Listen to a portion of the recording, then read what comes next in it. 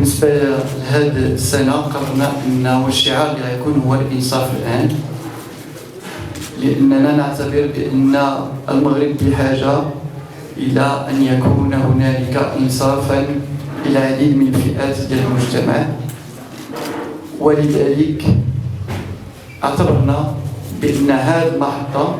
فينبغي أن نعمل جميعا من أجل تحقيق هذا الهدف. كما تعلمون هذا اللقاء يأتي في ظرف خاص، يأتي ليلة بداية الحملة الانتخابية بالنسبة للاستحقاقات المقبلة التي ستكون لها كذلك صبغة خاصة،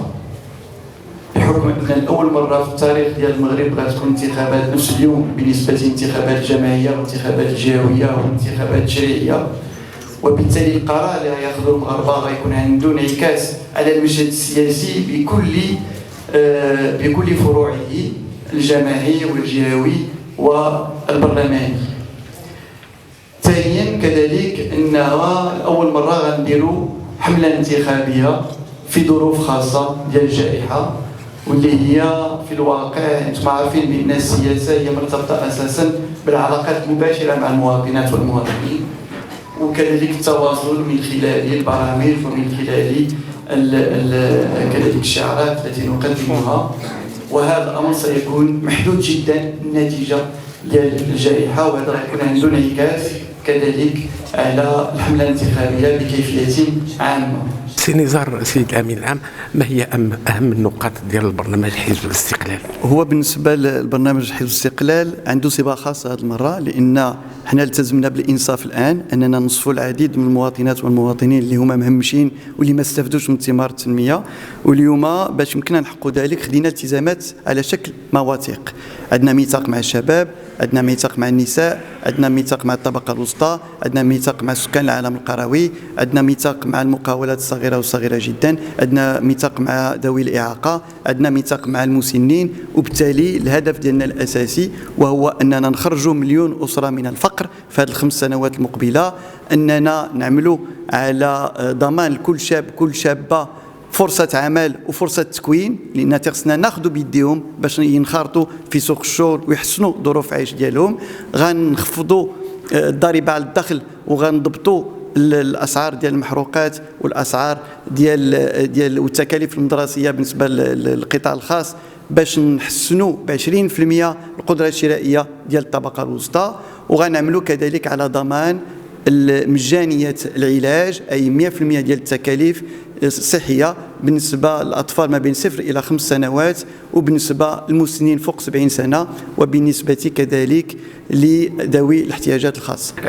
هل حزب الاستقلال عنده الاطر الكافيه لتنفيذ هذا البرنامج، ثم هل هو مستعد له التقنيات وله الوسائل العلميه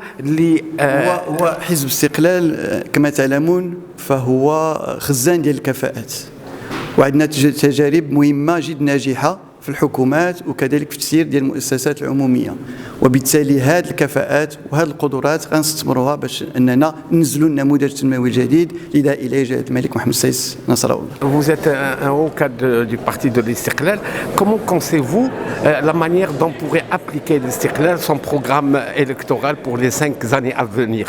Oui, c'est important de se rappeler que l'Istiqlal c'est un parti de gouvernement. Qui a été de nombreuses fois au gouvernement et qui sait comment fonctionnent les institutions, n'est-ce pas? Et je crois que c'est très important parce que ça fait gagner du temps par rapport à un personnel politique plus récent ou qui vient d'autres horizons. Donc d'avoir des hommes politiques qui sont impliqués dans la politique depuis longtemps, je crois que c'est la meilleure façon d'avoir un gouvernement qui, je vais presque dire un mot qui va peut-être choquer, qui reste à sa place, mais à toute sa place. C'est-à-dire qui sait comment vérifier la mise en application de politiques publiques ambitieuses comme celle que propose le parti dans son programme. Et là, je crois qu'on peut ne pas avoir d'inquiétude parce que ce n'est pas le rôle d'un ministre d'être le technicien, d'être l'exécutant des politiques publiques. Il y a des directions de ministères, il y a des établissements publics qui sont chargés de la mise en œuvre des politiques publiques. Mais par contre, ce qu'on va demander à un ministre, et ça je pense que les ministres de l'Istiqlal l'ont toujours fait, c'est d'être capable de vérifier,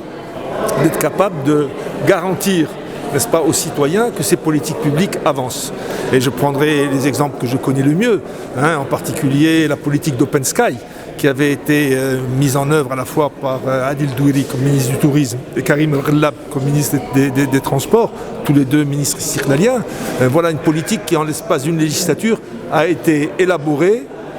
décidée législativement et mise en œuvre avec un grand succès. Donc ça, c'est l'exemple typique pour moi de ce à quoi doivent servir des ministres, qui ne sont pas forcément, comme je dis, des exécutants de politique, mais qui sont des gens capables de vérifier que les politiques sont vraiment implantées et mises en œuvre.